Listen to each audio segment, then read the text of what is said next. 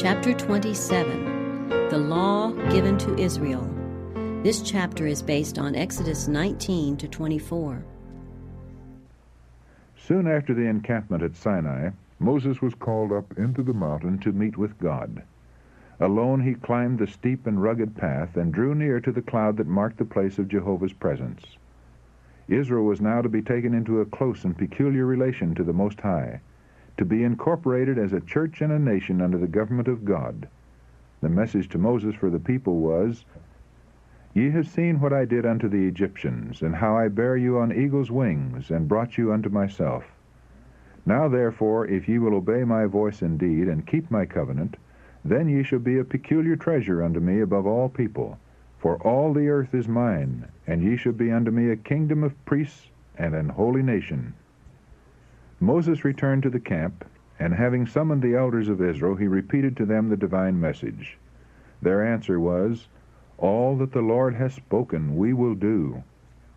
Thus they entered into a solemn covenant with God, pledging themselves to accept him as their ruler, by which they became, in a special sense, the subjects of his authority. Again their leader ascended the mountain, and the Lord said unto him, "Lo, I come unto thee in a thick cloud, that the people may hear when I speak with thee, and believe thee forever." When they met with difficulties in the way, they were disposed to murmur against Moses and Aaron, and accuse them of leading the hosts of Israel from Egypt to destroy them. The Lord would honor Moses before them, that they might be led to confide in his instructions. God purposed to make the occasion of speaking his law a scene of awful grandeur, in keeping with its exalted character.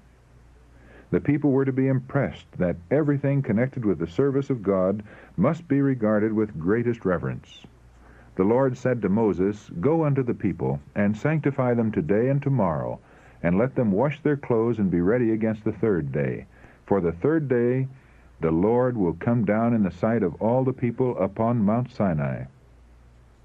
During these intervening days, all were to occupy the time in solemn preparation to appear before God. Their person and their clothing must be freed from impurity, and as Moses should point out their sins, they were to devote themselves to humiliation, fasting, and prayer, that their hearts might be cleansed from iniquity. The preparations were made according to the command, and in obedience to a further injunction, Moses directed that a barrier be placed about the mount, that neither man nor beast might intrude upon the sacred precinct. If any ventured so much as to touch it, the penalty was instant death. On the morning of the third day, as the eyes of all the people were turned toward the mount, its summit was covered with a thick cloud, which grew more black and dense, sweeping downward until the entire mountain was wrapped in darkness and awful mystery. Then a sound as of a trumpet was heard, summoning the people to meet with God, and Moses led them forth to the base of the mountain. From the thick darkness flashed vivid lightnings, while peals of thunder echoed and re-echoed among the surrounding heights. And Mount Sinai was altogether on a smoke, because the Lord descended upon it in fire, and the smoke thereof ascended as the smoke of a furnace, and the whole mount quaked greatly.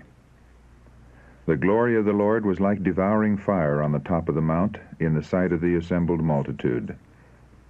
And the voice of the trumpet sounded long, and waxed louder and louder.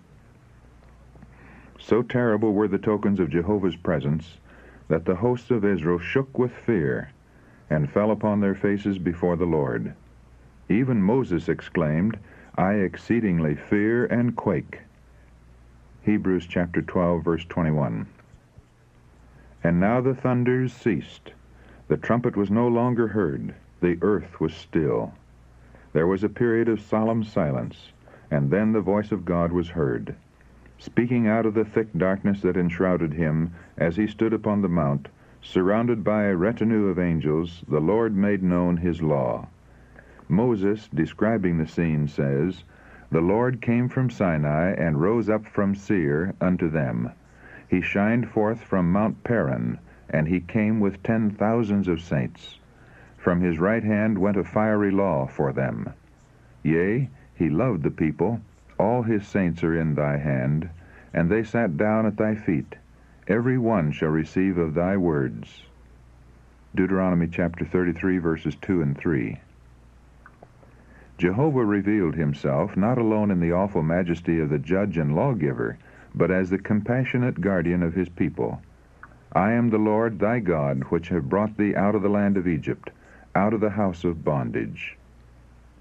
He whom they had already known as their guide and deliverer, who had brought them forth from Egypt, making a way for them through the sea, and overthrowing Pharaoh and his hosts, who had thus shown himself to be above all the gods of Egypt, he it was who now spoke his law.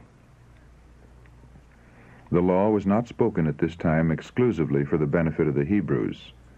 God honored them by making them the guardians and keepers of his law, but it was to be held as a sacred trust for the whole world. The precepts of the Decalogue are adapted to all mankind, and they were given for the instruction and government of all.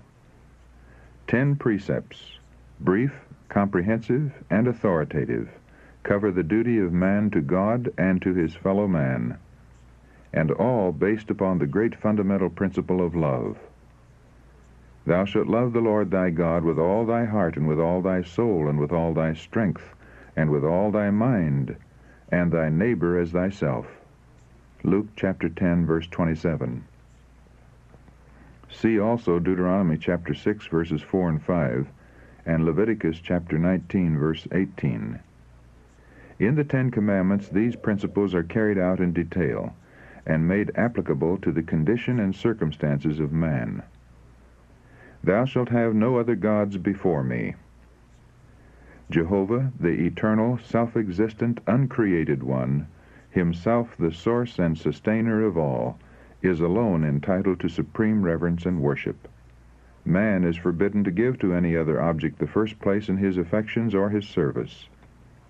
Whatever we cherish that tends to lessen our love for God, or to interfere with the service due him, of that do we make a god.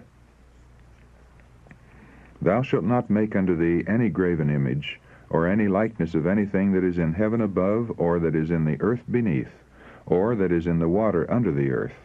Thou shalt not bow down thyself to them, nor serve them. The 2nd commandment forbids the worship of the true God by images or similitudes. Many heathen nations claimed that their images were mere figures or symbols by which the deity was worshipped, but God has declared such worship to be sin. The attempt to represent the Eternal One by material objects would lower man's conception of God. The mind, turned away from the infinite perfection of Jehovah, would be attracted to the creature rather than to the Creator, and as his conceptions of God were lowered, so would man become degraded. I, the Lord thy God, am a jealous God. The close and sacred relation of God to his people is represented under the figure of marriage. Idolatry being spiritual adultery, the displeasure of God against it is fitly called jealousy. Visiting the iniquity of the fathers upon the children unto the 3rd and 4th generation of them that hate me. It is inevitable that children should suffer from the consequences of parental wrongdoing, but they are not punished for the parents' guilt, except as they participate in their sins. It is usually the case, however, that children walk in the steps of their parents. By inheritance and example, the sons become partakers of the father's sin. Wrong tendencies, perverted appetites, and debased morals, as well as physical disease and degeneracy, are transmitted as a legacy from father to son to the 3rd and 4th generation. This fearful truth should have a solemn power to restrain men from following a course of sin. Showing mercy unto thousands of them that love me and keep my commandments. In prohibiting the worship of false gods, the 2nd commandment by implication enjoins the worship of the true God, and to those who are faithful in his service, mercy is promised, not merely to the 3rd and 4th generation, as is the wrath threatened against those who hate him, but to thousands of generations. Thou shalt not take the name of the Lord thy God in vain, for the Lord will not hold him guiltless that taketh his name in vain. This commandment not only prohibits false oaths and common swearing, but it forbids us to use the name of God in a light or careless manner, without regard to its awful significance. by the thoughtless mention of God in common conversation, by appeals to him in trivial matters, and by the frequent and thoughtless repetition of his name, we dishonor him. Holy and reverend is his name. Psalm 111, verse 9. All should meditate upon his majesty, his purity, and holiness, that the heart may be impressed with a sense of his exalted character, and his holy name should be uttered with reverence and solemnity. Remember the Sabbath day to keep it holy. 6 days shalt thou labor and do all thy work, but the seventh day is a Sabbath of the Lord thy God. In it thou shalt not do any work, thou, nor thy son, nor thy daughter, thy manservant, nor thy maidservant, nor thy cattle, nor thy stranger that is within thy gates.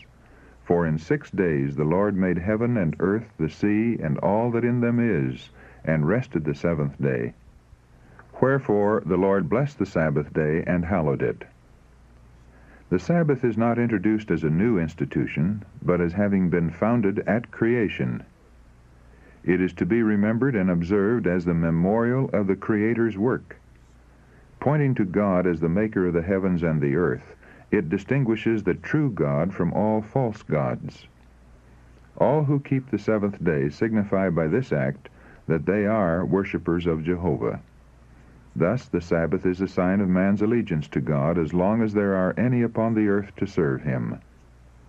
The fourth commandment is the only one of all the 10 in which are found both the name and the title of the lawgiver. It is the only one that shows by whose authority the law is given. Thus it contains the seal of God, affixed to his law as evidence of its authenticity and binding force. God has given men 6 days wherein to labor, and he requires that their own work be done in the 6 working days. Acts of necessity and mercy are permitted on the Sabbath. The sick and suffering are at all times to be cared for, but unnecessary labor is to be strictly avoided. Turn away thy foot from the Sabbath, from doing thy pleasure on my holy day, and call the Sabbath a delight, the holy of the Lord honorable, and honor him, not doing thine own ways, nor finding thine own pleasure. Isaiah chapter 58, verse 13. Nor does the prohibition end here. Nor speaking thine own words, says the prophet. Those who discuss business matters or lay plans on the Sabbath are regarded by God as though engaged in the actual transaction of business. To keep the Sabbath holy, we should not even allow our minds to dwell upon things of a worldly character. And the commandment includes all within our gates. The inmates of the house are to lay aside their worldly business during the sacred hours. All should unite to honor God by willing service upon his holy day. Honor thy father and thy mother, that thy days may be long upon the land which the Lord thy God giveth thee. Parents are entitled to a degree of love and respect which is due to no other person. God himself, who has placed upon them a responsibility for the souls committed to their charge, has ordained that during the earlier years of life, parents shall stand in the place of God to their children.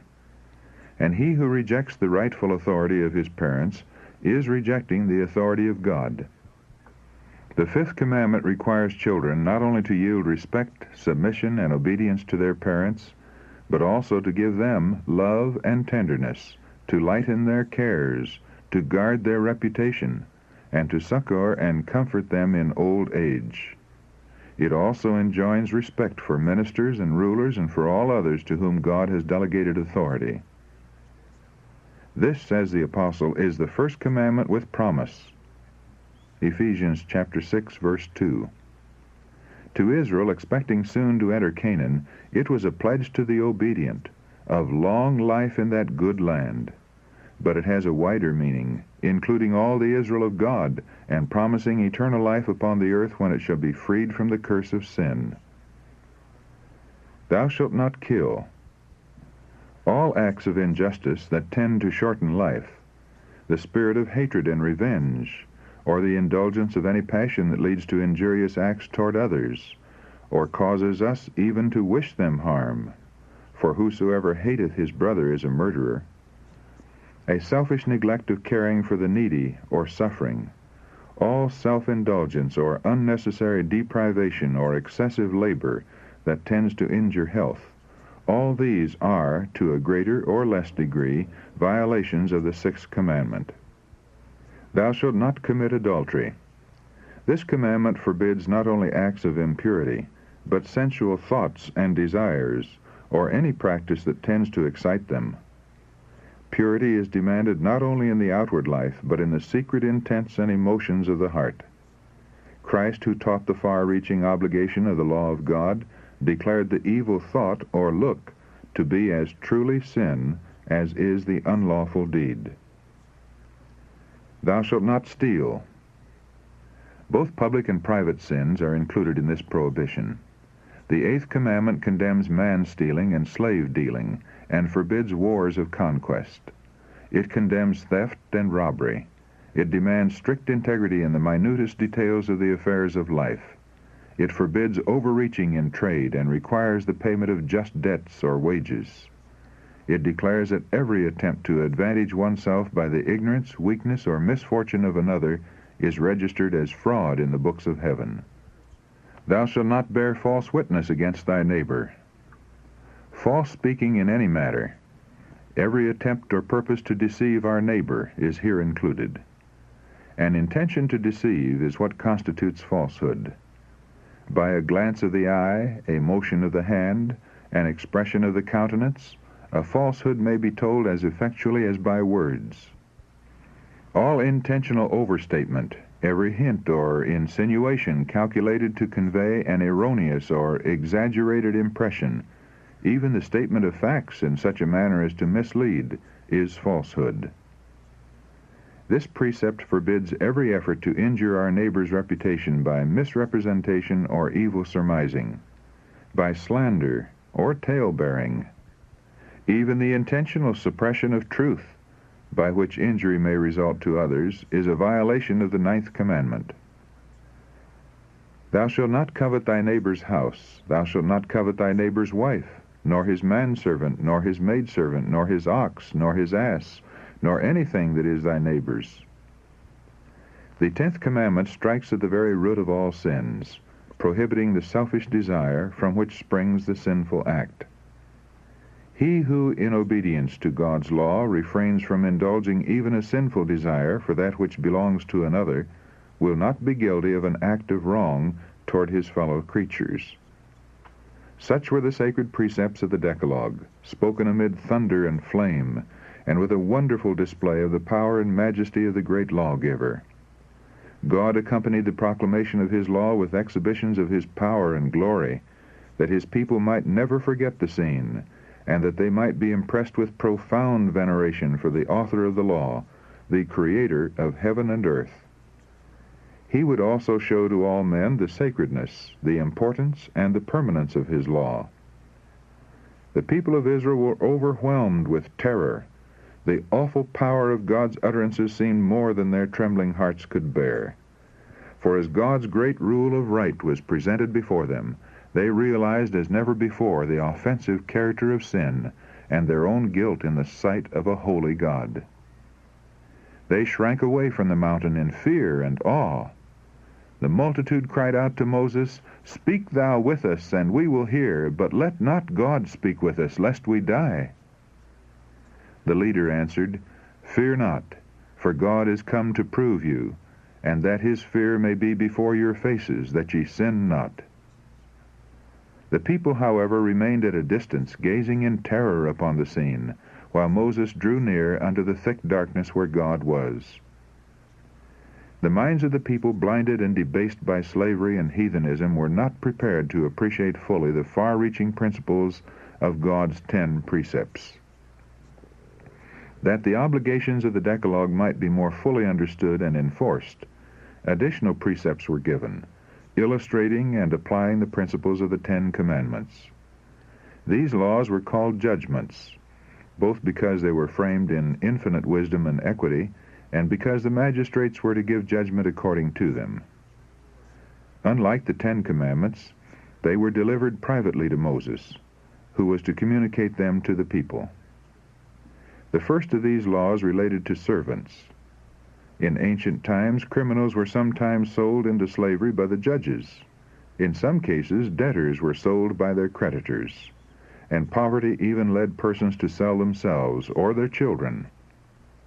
But a Hebrew could not be sold as a slave for life. His term of service was limited to 6 years. On the 7th, he was to be set at liberty.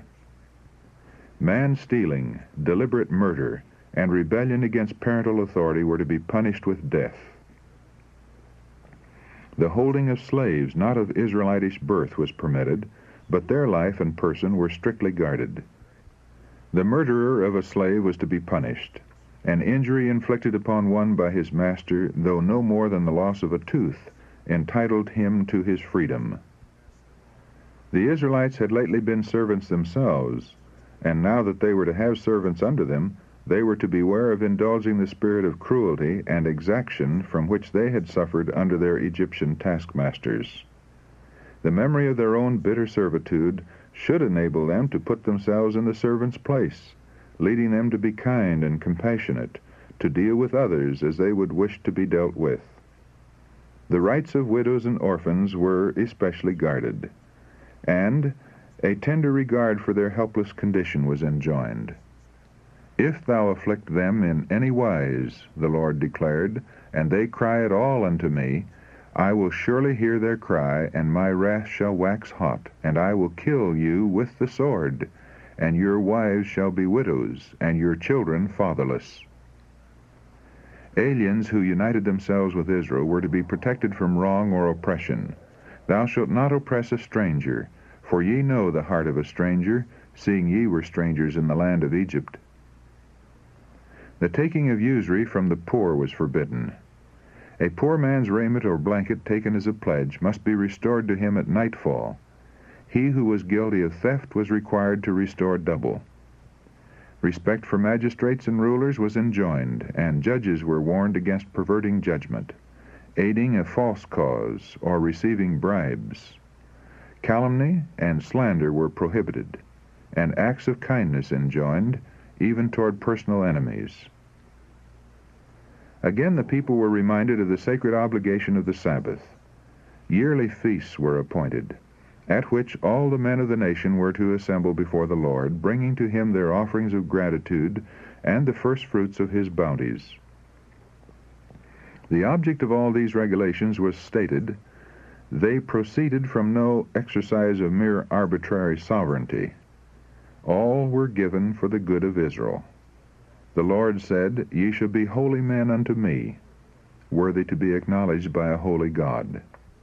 These laws were to be recorded by Moses and carefully treasured as the foundation of the national law, and with the 10 precepts which they were given to illustrate the condition of the fulfillment of God's promises to Israel.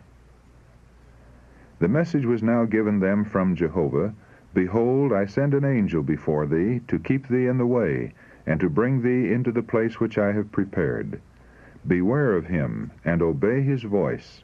Provoke him not, for he will not pardon your transgressions, for my name is in him. But if thou shalt indeed obey his voice, and do all that I speak, then I will be an enemy unto thine enemies, and an adversary unto thine adversaries. During all the wanderings of Israel, Christ in the pillar of cloud and of fire was their leader. While there were types pointing to a Savior to come, there was also a present Savior, who gave commands to Moses for the people, and who was set forth before them as the only channel of blessing. Upon descending from the mountain, Moses came and told the people all the words of the Lord, and all the judgments. And all the people answered with one voice, and said, All the words which the Lord has said we will do. This pledge, together with the words of the Lord which it bound them to obey, was written by Moses in a book. Then followed the ratification of the covenant. An altar was built at the foot of the mountain, and beside it 12 pillars were set up, according to the 12 tribes of Israel, as a testimony to their acceptance of the covenant. Sacrifices were then presented by young men chosen for the service. Having sprinkled the altar with the blood of the offerings, Moses took the book of the covenant and read in the audience of the people. Thus the conditions of the covenant were solemnly repeated, and all were at liberty to choose whether or not they would comply with them. They had at the first promised to obey the voice of God, but they had since heard his law proclaimed, and its principles had been particularized that they might know how much this covenant involved. Again the people answered with one accord, "All that the Lord has said will we do, and be obedient." When Moses had spoken every precept to all the people according to the law, he took the blood, and sprinkled both the book and all the people, saying, "This is the blood of the testament which God hath enjoined unto you." Hebrews chapter 9, verses 19 and 20. Arrangements were now to be made for the full establishment of the chosen nation under Jehovah as their king. Moses had received the command, "Come up unto the Lord, thou and Aaron, Nadab and Abihu, and 70 of the elders of Israel, and worship ye afar off, and Moses alone shall come near the Lord." While the people worshipped at its foot, these chosen men were called up into the mount. The 70 elders were to assist Moses in the government of Israel, and God put upon them his Spirit, and honored them with a view of his power and greatness. And they saw the God of Israel, and there was under his feet as it were a paved work of a sapphire stone, and as it were the body of heaven in his clearness. They did not behold the deity, but they saw the glory of his presence. Before this they could not have endured such a scene, but the exhibition of God's power had awed them to repentance. They had been contemplating his glory, purity, and mercy, until they could approach nearer to him who was the subject of their meditations. Moses and his minister Joshua were now summoned to meet with God, and as they were to be some time absent, the leader appointed Aaron and Hur, assisted by the elders, to act in his stead. And Moses went up into the mount, and a cloud covered the mount, and the glory of the Lord abode upon Mount Sinai. For 6 days the cloud covered the mountain as a token of God's special presence, yet there was no revelation of himself or communication of his will. During this time Moses remained in waiting for a summons to the presence chamber of the Most High. He had been directed, "Come up to me into the mount, and be there." And though his patience and obedience were tested, he did not grow weary of watching, or forsake his post. This period of waiting was to him a time of preparation, of close self-examination.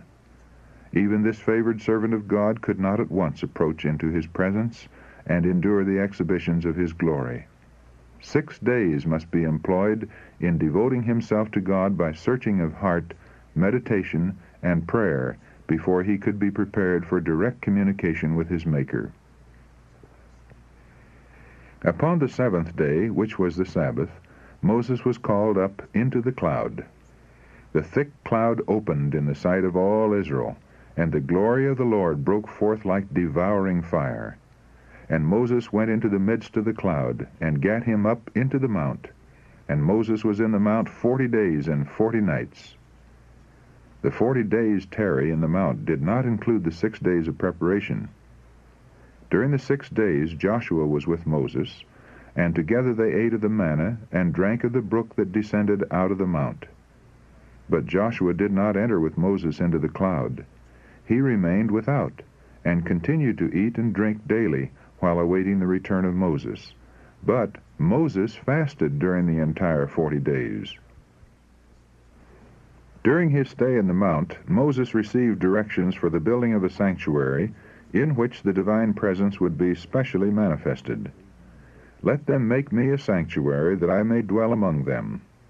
Exodus chapter 25, verse 8, was the command of God. For the 3rd time the observance of the Sabbath was enjoined. "It is a sign between me and the children of Israel forever," the Lord declared, "that ye may know that I am Jehovah that doth sanctify you. Ye shall keep the Sabbath therefore, for it is holy unto you. Whosoever doeth any work therein, that soul shall be cut off from among his people." Exodus chapter 31, verse 17, also verses 13 and 14. Directions had just been given for the immediate erection of the tabernacle for the service of God, And now the people might conclude, because the object had in view was the glory of God, and also because of their great need of a place of worship, that they would be justified in working at the building upon the Sabbath. To guard them from this error, the warning was given. Even the sacredness and urgency of that special work for God must not lead them to infringe upon his holy rest day. Henceforth the people were to be honored with the abiding presence of their king.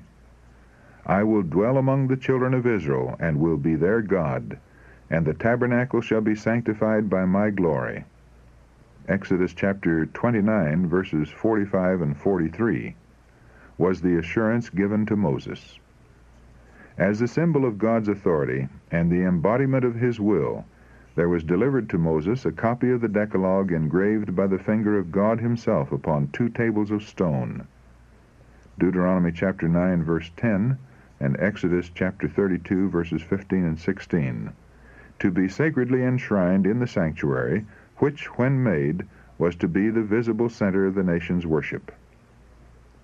From a race of slaves, the Israelites had been exalted above all peoples to be the peculiar treasure of the King of Kings. God had separated them from the world, that he might commit to them a sacred trust. He had made them the depositaries of his law, and he purposed, through them, to preserve among men the knowledge of himself. Thus the light of heaven was to shine out to a world enshrouded in darkness, and a voice was to be heard appealing to all peoples to turn from their idolatry to serve the living God. If the Israelites would be true to their trust, they would become a power in the world. God would be their defense, and he would exalt them above all other nations. His light and truth would be revealed through them, and they would stand forth under his wise and holy rule as an example of the superiority of his worship over every form of idolatry.